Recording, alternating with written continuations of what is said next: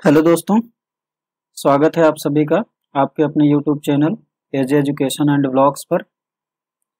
आज हम लोग पढ़ेंगे लघुत्तम समापवर्त एवं महत्तम समापवर्तक। तो लघुत्तम समापवर्त और महत्तम समापवर्तक जानने से पहले हम लोगों को कुछ चीज़ें जानना जरूरी है, जैसे है अभाज्य संख्या। अभाज्य संख्या होती क्या है? ऐसी संख्या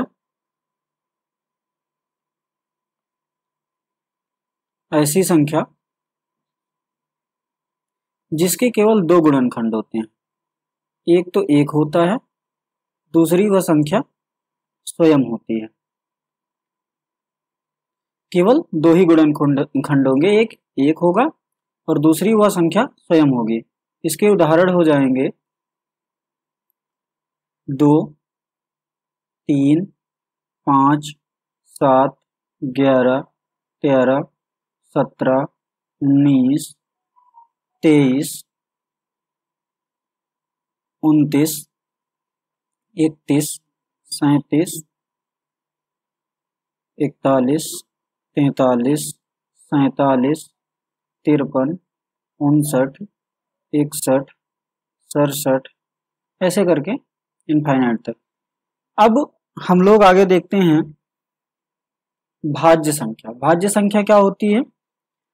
वह संख्या जिसके दो से अधिक गुणनखंड होते हैं, जिसके दो से अधिक गुणनखंड होते हैं।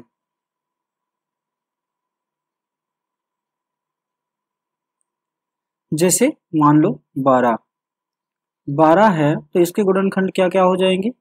1 हो जाएगा, 2 हो जाएगा, 3 हो जाएगा, 4, 6 और 12। अब देखते हैं इसमें जो है भाज्य और अभाज्य गुणनखंड दोनों है। अब देखते हैं इसमें कितने गुणनखंड हैं। 1, 2, 3, 4, 5, 6 गुणनखंड है। मैंने परिभाषा में क्या कहा कि दो से अधिक गुणनखंड होने चाहिए, तो इसमें दो से अधिक गुणनखंड है, अर्थात 12 क्या है? एक भाज्य संख्या है। इसके बाद हम लोग देखते हैं अपवर्त्य। अपवर्त्य होता क्या है? अपवर्त्य होता है, अपवर्त्य को हम लोग गुणज भी बोलते हैं। गुणज, नॉर्मली हम इसको पहाड़ा कह सकते हैं। जैसे हम लोगों को दो का अपवर्त्य ज्ञात करना होता है, जैसे हम लोगों को दो का अपवर्त्य ज्ञात करना है तो हम लोग क्या करेंगे?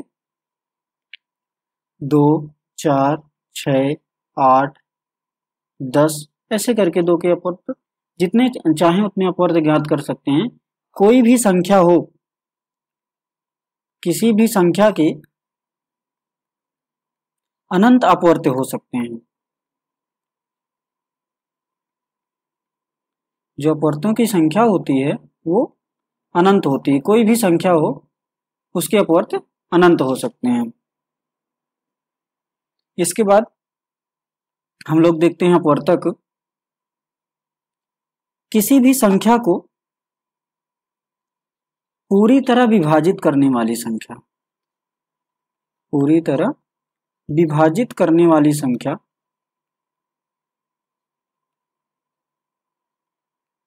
उस संख्या की अपवर्तक कहलाती है।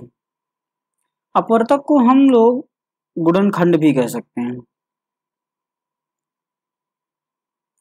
लेकिन गुणनखंड में एक शर्त क्या है कि इसमें भाज्य गुणनखंड और अभाज्य गुणनखंड दोनों प्रकार के गुणनखंड होंगे। जैसे अगर यहाँ पे 12 के अपवर्तक पूछ लिया जाए तो 12 के अपवर्तक क्या हो जाएंगे? 1, 2, 3, 4, 6 और स्वयं 12। अब इसमें देखते हैं, देखो इसमें कुछ भाज्य गुणनखंड भी हैं, अभाज्य गुणनखंड भी हैं, लेकिन है तो सभी 12 के अपवर्तक ही। इसमें देखो दो क्या है? अभाज्य गुणनखंड है, 3 भी अभाज्य गुणनखंड है, बाकी सब क्या है? भाज्य गुणनखंड है। अब हम लोग आगे देखते हैं लघुत्तम समापवर्त, एलसीएम। एलसीएम होता क्या है? सबसे पहले हम लोग देखते हैं कि एलसीएम की फुल फॉर्म क्या होती है। Lowest common factor multiply, lowest common multiply. LCM होता क्या है कि एलसीएम एक छोटी संख्या होती है, छोटी से छोटी संख्या होती है जो दी हुई सभी संख्याओं से विभाज्य होती है, उसको हम लोग बोलते हैं एलसीएम। एलसीएम हमेशा याद रखेंगे कि छोटी से छोटी संख्या होती है, जितनी भी संख्याएं दी जाएंगी उन सभी संख्याओं से ये विभाज्य होती है, सभी संख्याओं से पूर्णतः विभाज्य होती है, सभी संख्याओं से ये पूर्णतः विभाज्य होती है, इसी को हम लोग बोलते हैं एलसीएम। अब एलसीएम निकालने की विधियां, एलसीएम निकालने की दो विधियां होती हैं।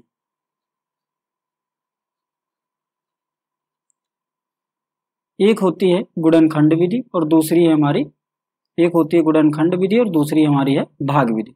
गुणनखंड विधि में क्या होता है, जैसे हमको 12, 16 और 18 का एलसीएम निकालना है, तो सबसे पहले हम इनके गुणनखंड करेंगे, अभाज्य गुणनखंड।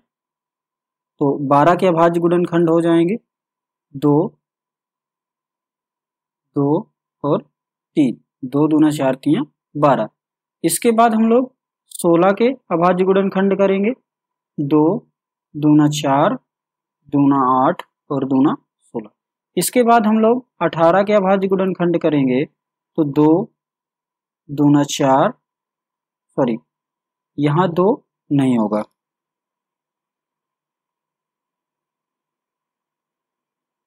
2 गुणे 3 गुणे 3, ये सब क्या है 12, 16 और 18 के अभाज्य गुणनखंड है। अब हमको निकालना क्या है, लघुत्तम समापवर्त। समापवर्त अब इसमें देखेंगे कि जो जैसे हमें इसमें क्या है 2, तो 2 जिसमें सबसे ज्यादा होगा, पहले सबसे ज्यादा 2 लिखेंगे, तो इसमें कितने हैं 4 2 हैं, तो 2 सबसे ज्यादा इसमें हैं, तो नीचे हम लोग लिख लेते हैं 2 गुणे 2 गुणे 2 गुणे 2। इसके बाद अब इसमें देखते हैं, देखिए इसमें क्या है 1 3 है, जिसमें सबसे ज्यादा 3 होंगे उसी को लेंगे, इसमें 1 ही 3 है, इसमें कितने 2 3 है, तो इन दोनों तीनों को हम जो है नीचे लिख लेंगे 3 गुणे 3। अब इन सब का जो है हम लोग गुणा कर लेंगे, तो जो आएगा वो 12, 16 और 18 का एलसीएम होगा। 2 दूना 4, 4 दूना 8, 8 दूना 16, 16 3 48, 48 3, तो 48 में हम लोग क्या करेंगे 3 का गुणा कर लेंगे, तो जो है हमारा एलसीएम कितना आ गया 144। इसी तरह अब हम लोग देखते हैं भाग विधि द्वारा, यही संख्या ले लेते हैं 12, 16 और 18, इसको हम जो है भाग विधि द्वारा एलसीएम निकालेंगे, देखते हैं कैसे निकालते हैं। तो हम लोग 12, 16 और 18,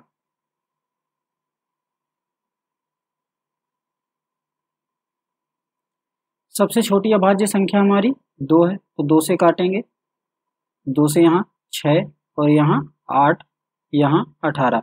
अब यहाँ काटने का मतलब क्या होता है कि हम 2 से इन संख्याओं पे भाग देते हैं, जब 2 से 12 पे भाग देंगे तो 6 आएगा, जब 16 पे देंगे तो 8 आएगा, और जब 18 पे देंगे तो यहाँ 9 आएगा।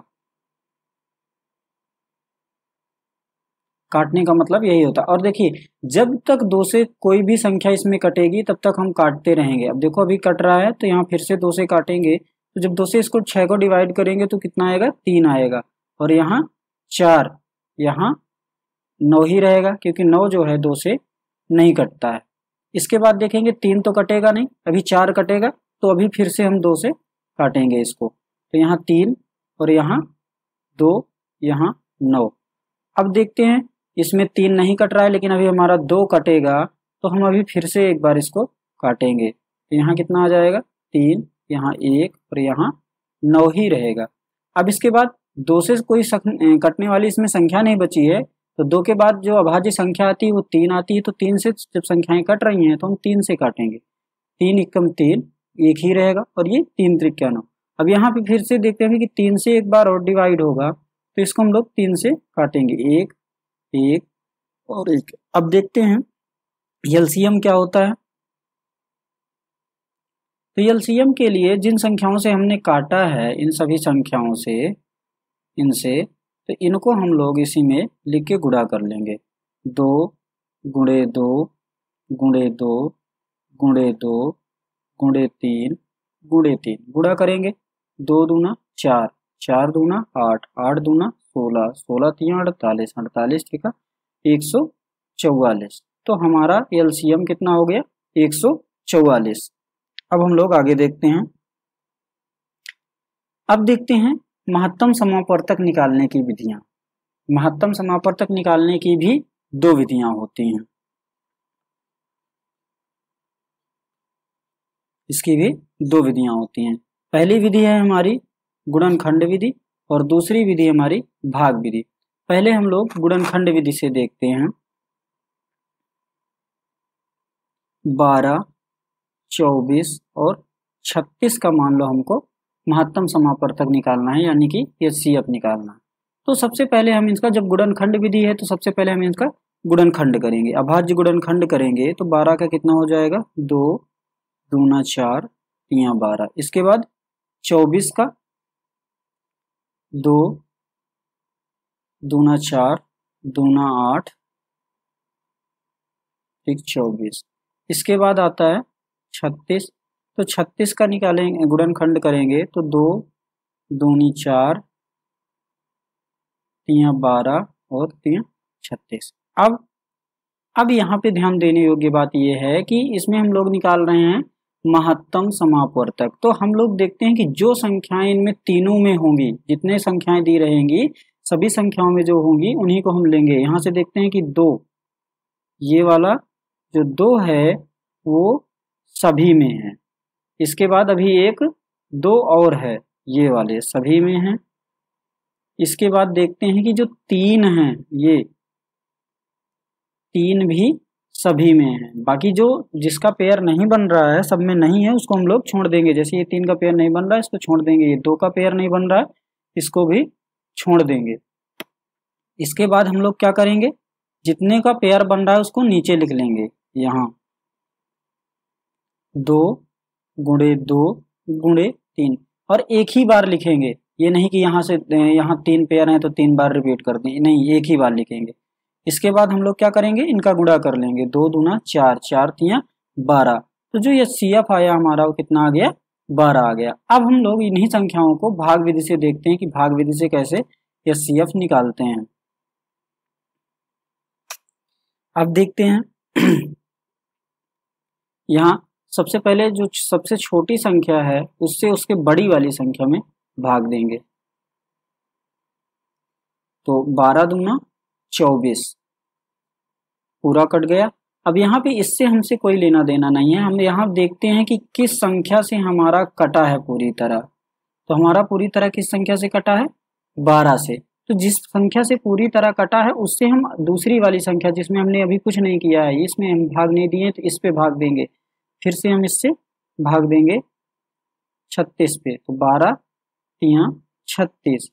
अब इसके बाद ये पूरा खत्म हो जाता है। मैंने अभी कहा ना कि इससे हमसे कोई लेना देना नहीं, हम ध्यान किस पे देते हैं, जिससे हमारा पूरा पूरा भाग जाता है। तो पूरा पूरा भाग किस पे गया है 12 पे। तो जो हमारा एचसीएफ होगा वो क्या हो जाएगा 12। हम लोग अब आ जाते हैं एक्सरसाइज पर।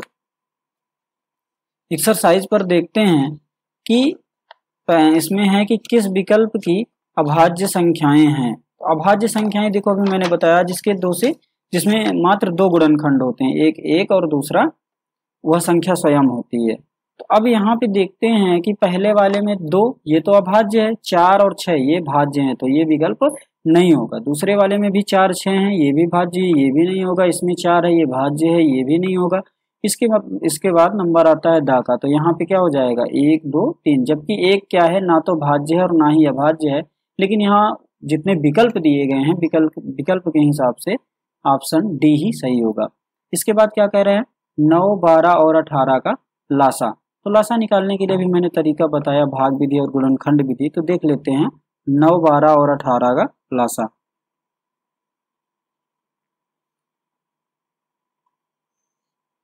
यहाँ देखो सबसे छोटी अभाज्य संख्या 2 से 2 होती है। जब 2 से कट रहा है तो उससे काटेंगे। ये अभी भी 2 से कट रहा है 6, तो अभी भी 2 से काटेंगे। तो ये तो कट नहीं रहा है, इसको उसी तरह लिखेंगे, 2 3 6 9। अब देखो 2 से कुछ कोई भी संख्या नहीं कट रही, तो हम लोग किससे काटेंगे, 3 से काटेंगे। तो 3 त्रिक्या 9, 3 1 और 3 3 9। इसके बाद अभी भी 3 है, तो 3 से अभी ये कटेगा, हम लोग फिर से 3 से काटेंगे, तो 1 1 1। अब देखते हैं इसका एलसीएम क्या हो जाता है। इसके बाद जिन संख्याओं से हमने काटा है इसको, सभी संख्याओं को गुणा कर लेंगे, तो एलसीएम हमारा कितना हो जाएगा, 2 गुणे 2 गुणे 3 गुणे 3, 2 दूना 4, 4 तियां 12, 12 तियां 36। तो एलसीएम हमारा कितना हुआ, 36। अब इसमें ऑप्शन देखते हैं, तो ऑप्शन ब जो है वो सही है। इसके बाद 9 के अपवर्त। अपवर्त के बारे में अभी मैंने बताया था कि अपवर्त होता क्या है, गुणा जिसको बोलते हैं पहाड़ा। तो इसको देखो ये क्या है, ये 3 है, तो 9 के पहाड़ा में 3 तो कभी आएगा नहीं, इसमें भी 3 है, इसमें 1 है, तो 9 के पहाड़ा में कभी 1 तो आता नहीं है, तो 9 के अपवर्त क्या हो जाएंगे ऑप्शन ए। वैसे भी सीधे से देखेंगे तो इसमें 9 का पहाड़ा लिखा हुआ है, इसीलिए ऑप्शन ए सही हो जाएगा। इसके बाद 16 32 और 64 का लासा है। फिर से हम लोग निकालते हैं 16 32 और 64 का लासा। तो 16 32 और 64 का लासा निकालते हैं हम लोग।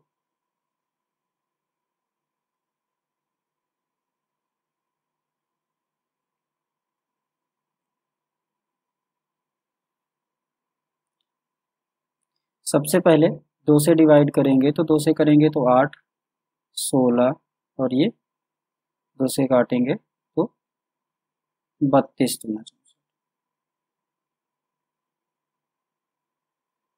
फिर 2 से 4 8 दूना 16, 16 दूना 32।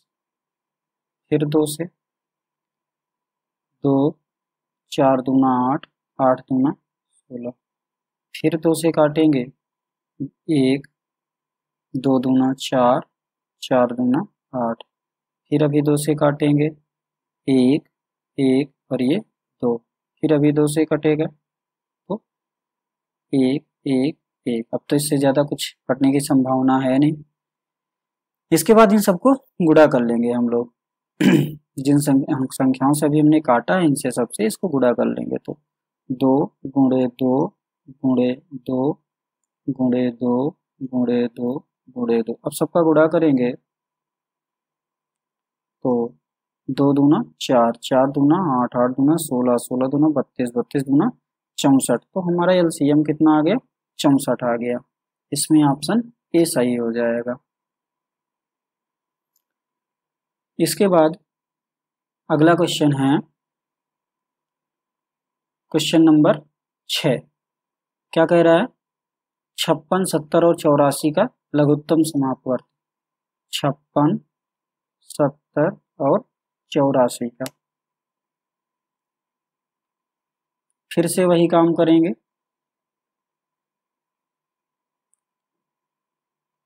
28 दूना 56, यहाँ आ जाएगा 35, यहाँ 42। 2 से इन सभी में भाग दे देंगे, जो भागफल आएगा उसको नीचे लिख लेते हैं, जिस 2 से कटा है तो हम इसको यहाँ लिखेंगे। इसके बाद फिर 2 से इनमें सब में भाग देंगे, तो जो भागफल आएगा इसमें 14 आएगा, 35 कटेगा नहीं। जो संख्या पूरी तरह कटेंगी उसी को नीचे लिखेंगे, जो नहीं कटेंगे उसको चुपचाप नीचे उतार लेंगे। इसके बाद 21 हो जाएगा।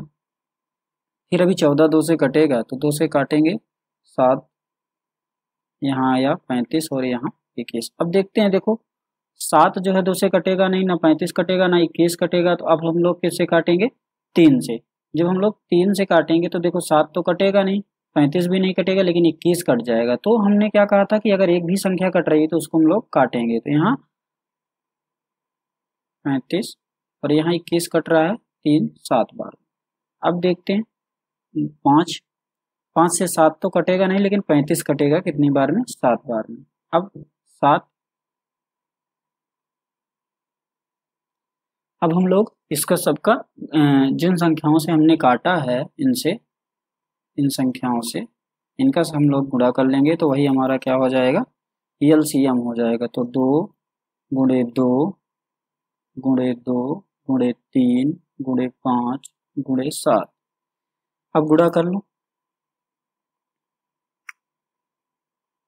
2 दूना 4, 4 दूना 8, 8 तरीक 24, 24 पंचे 120 और 120 सत्ते 840। तो 840 हमारा एलसीएम हो जाएगा, ऑप्शन सा। इसके बाद क्वेश्चन नंबर 7 है 10, 65 और 91 का लघुत्तम समापवर्त। तो वो भी इसी तरह हो जाएगा 10, 65 और 91 का लघुत्तम समापवर्त, यानी कि एलसीएम फाइंड करना है हमें।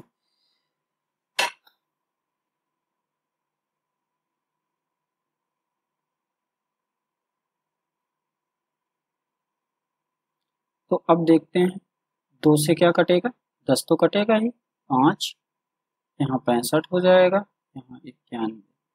इसके बाद देखते हैं 5 से, 5 से क्या कट जाएगा, 5 ये कटेगा और ये 13 पचे 65, 91 तो कटेगा नहीं। इसके बाद 7 से 1, 13 और ये 13।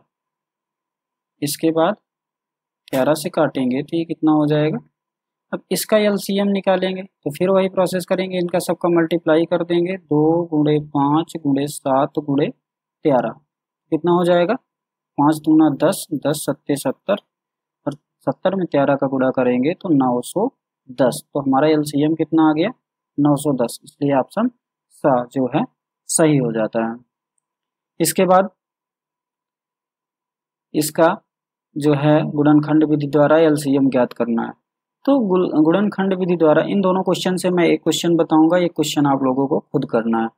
इसके बाद इसमें देखते हैं ये वाला 20, 24 और 25 का। तो 20, 24 और 25 का हमको एलसीएम ज्ञात करना है। जब 20, 24 और 25 का एलसीएम ज्ञात करना है तो और कहा क्या है, किस विधि द्वारा, गुणनखंड विधि द्वारा। तो जब गुणनखंड विधि द्वारा कहा है तो सबसे पहले हम इनके क्या करेंगे, गुणनखंड करेंगे। तो 2, 2 और 5। इसके बाद 24 का करेंगे 2, इसके बाद 25 का करेंगे। अब सबको हम लोग क्या करेंगे, एक साइड पे लिख के मल्टीप्लाई करेंगे। तो मैंने क्या कहा था, जब हम एलसीएम निकालते हैं तो जिसमें सबसे ज्यादा, जैसे देखो सबसे पहले 2 लिखना है तो 2 सबसे ज्यादा किसमें है, ये 24 वाले में 3 2 हैं, तो हम तीनों 2 को यहाँ पे लिख लेंगे। इसके बाद देखते हैं इसमें 2 ही हैं तो सबसे ज्यादा किसमें थे, 3, इसमें हमने लिख लिया। अब देखते हैं 3 है क्या किसी में, इसमें है, और 3 सबसे ज्यादा हमें लिखना है, लेकिन इसमें 1 ही है तो सबसे ज्यादा 1 ही होगा, तो इसमें हम 3 से मल्टीप्लाई। इसके बाद 5 देखते हैं, इसमें 1 है 5 और इसमें 2 है, तो हम लिखेंगे किसको, जिसमें ज्यादा होंगे, 2 वाले को, ये। अब सबको हम लोग क्या करेंगे, गुणा करेंगे, 2 दूना 4, 4 दूना 8, 8 तरीक 24, 24 पंचे 120 और 120 पंचे 600। तो जो हमारा एलसीएम होगा वो कितना हो जाएगा, 600 हो जाएगा। अब क्वेश्चन नंबर 2 इसका आप लोगों को खुद करना है। इसके बाद है क्वेश्चन नंबर 3, ये यहाँ पे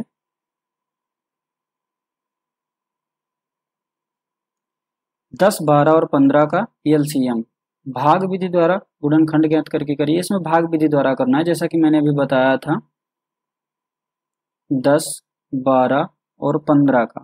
तो भाग विधि तो वैसे भी सरल है, यहाँ पे 2, 5 बार में 10, 6 और यहाँ 15 तो कटेगा नहीं तो वैसे ही आ जाएगा। इसके बाद अभी 6 2 से कटेगा तो 2 से काटेंगे। इसके बाद 3 से 5 और 3 एकम 3, 5 3 15। इसके बाद 5 से काटेंगे तो ये यहाँ तक कट गया। इसके बाद इनका सबका गुणा करेंगे, 2 दूना 4, 4 तियाँ 12, 12 पंचे 60। तो इसका जो एलसीएम हो जाएगा वो कितना हो जाएगा, 60 हो जाएगा। इसके बाद ये लासा ज्ञात करना है, ये लासा ज्ञात करना है, लासा ज्ञात करना है। आप लोग क्वेश्चन नंबर 6 तक खुद से ही करेंगे, सभी में क्या करना है, लासा ही ज्ञात करना है। इसके बाद क्वेश्चन नंबर 7 देखते हैं, 24 और 36 का मासा ज्ञात करना है। तो क्वेश्चन नंबर 7 में जो है 24 और 36 का क्या करना है, मासा ज्ञात करना है। तो मासा मैंने गुणनखंड और भाग विधि दोनों बताया है।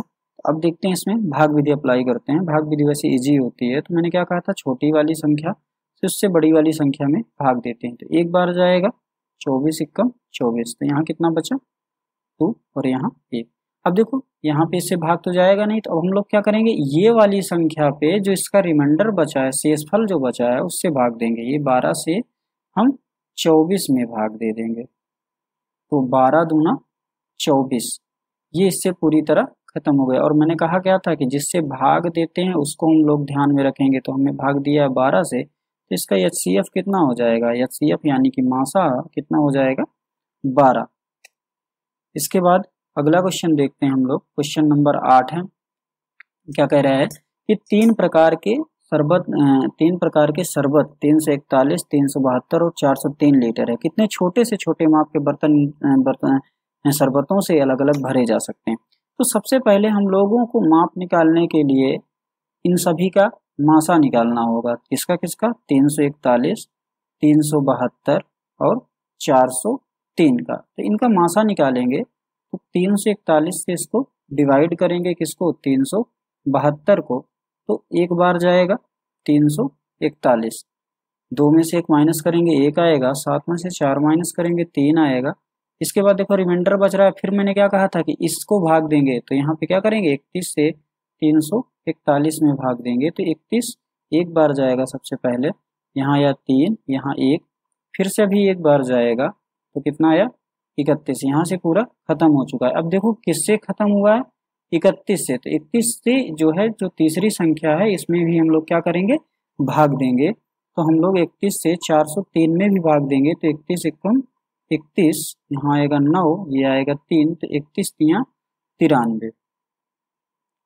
तो जो हमारा HCF आ गया, HCF क्या आ गया 13, ये आ गई बर्तन की माप। अब देखते हैं इसमें क्या कह रहा है कि शरबतों से अलग अलग भरे जा सकते हैं, बर्तनों की संख्या निकालनी है। तो देखो इसमें क्या करेंगे, सब ये जो संख्याएं हैं इनको सभी को हम लोग इस 31 से क्या करेंगे डिवाइड करेंगे। तो जब इनको 31 से डिवाइड करेंगे तो 341, 31 से हम लोग डिवाइड कर रहे हैं तो कितना आएगा 1, और यहाँ 3 बचेगा, इसका 1 हो जाएगा, फिर से एक बार जाएगा। इसके बाद दूसरी संख्या हमारी क्या है 372, इसको भी हम 31 से डिवाइड करेंगे,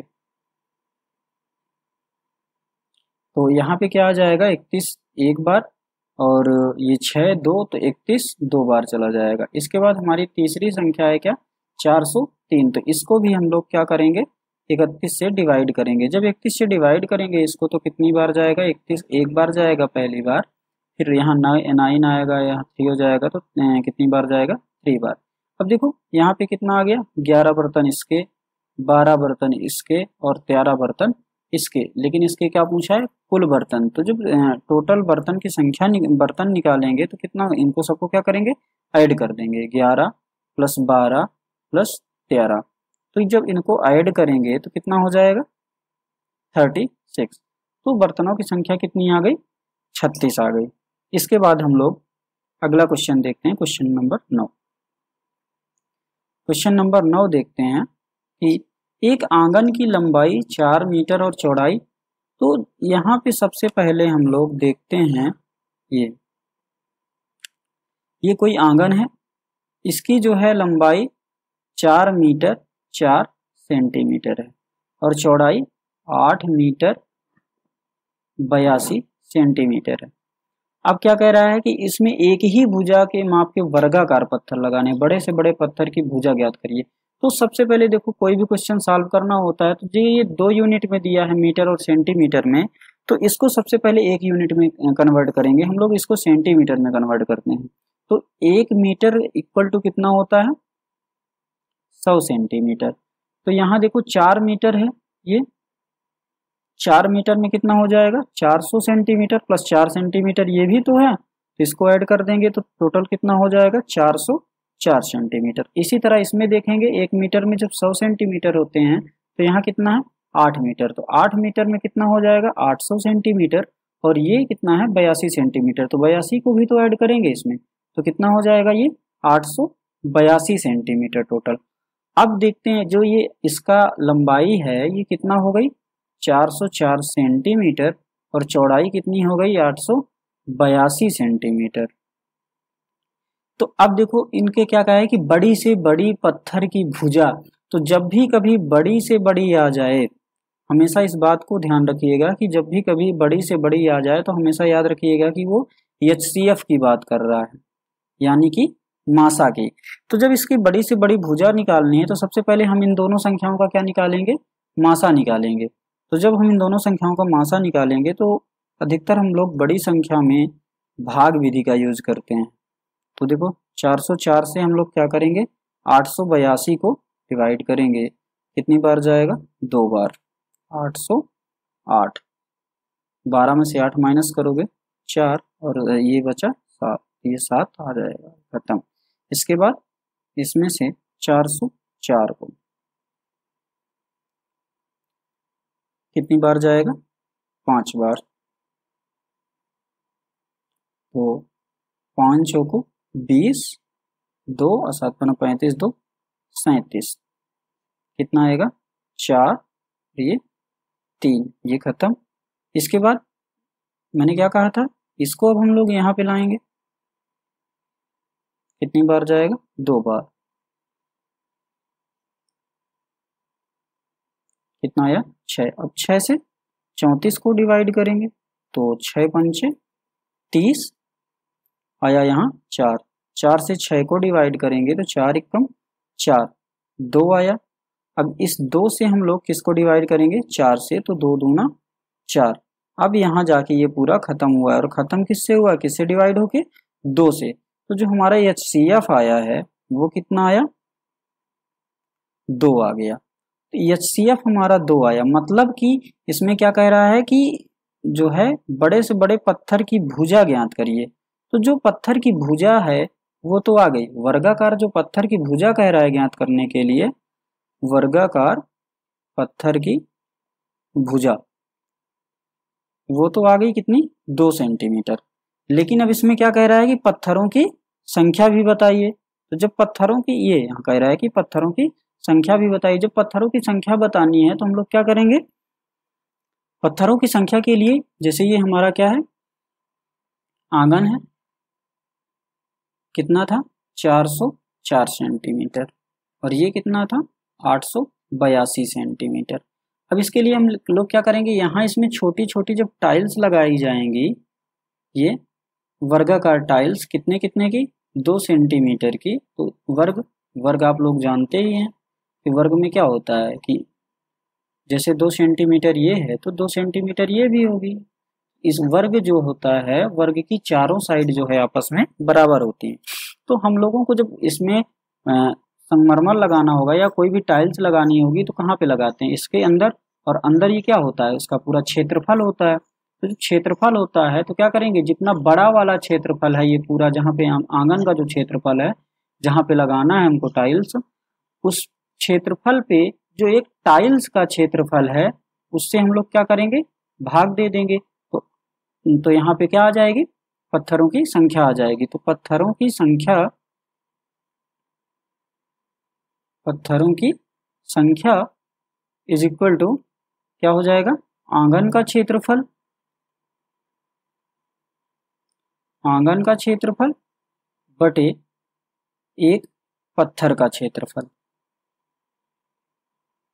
एक पत्थर का क्षेत्रफल। तो आंगन का क्षेत्रफल कितना हो जाएगा, ये आयताकार है, आयत की लंबाई और चौड़ाई का गुणा करते हैं तो आंगन का आयत का क्षेत्रफल आता है। तो इसी तरह आंगन भी आयताकार है तो इसकी लंबाई और चौड़ाई का गुणा कर देंगे तो जो है हमारा क्या आ जाएगा, आंगन का क्षेत्रफल। और ये क्या है, जो टाइल्स है हमारी, ये क्या है, वर्गाकार है, तो इसको भी दोनों को गुणा कर देंगे तो इसका भी क्षेत्रफल आ जाएगा। तो 2 गुणे 2। अब हम लोग इसको 2 से इसको काटेंगे जब 404 को, तो यहाँ कितना आ जाएगा, 202। इस 2 से इसको ही काट लो तो कितना हो जाएगा, 101। अब हमारे पास बचा क्या, 101 गुणे 882। अब हम क्या करेंगे, इन दोनों का गुणा करेंगे। तो जब हम लोग इन दोनों का गुणा करते हैं तो कितना आएगा, 89,082। तो जो हम पत्थर लगाने हैं आंगन में, पत्थरों की संख्या कितनी आ गई, पत्थरों की संख्या कितनी आ गई, 89,082 पत्थर उसमें लगेंगे। इसके बाद क्वेश्चन नंबर 10 है, 10, 20 और 30 का मासा ज्ञात करना है। तो मासा के लिए मैंने बताया भाग विधि का हम लोग यूज कर लेते हैं। तो 10 से 20 जब डिवाइड करेंगे कितनी बार में जाएगा? 2 बार में। पूरा खत्म। और डिवाइड किससे हुआ? 10 से। तो 10 से हमने पहले ही बताया था कि जिससे डिवाइड होता है उसी से दूसरी संख्या डिवाइड करते हैं। तो 10 से डिवाइड हुआ था, इस 10 से हम लोग क्या करेंगे? 30 को भी डिवाइड करेंगे तो कितनी बार जाएगा? 3 बार जाएगा। तो 10 तियां 30 हो जाएगा। देखो 10 से ही पूरा डिवाइड हुआ है। जब 10 से पूरा डिवाइड हुआ है तो हमारा यह CF यानी कि मासा कितना हो जाएगा? 10 हो जाएगा। बस आज के वीडियो में इतना ही। धन्यवाद।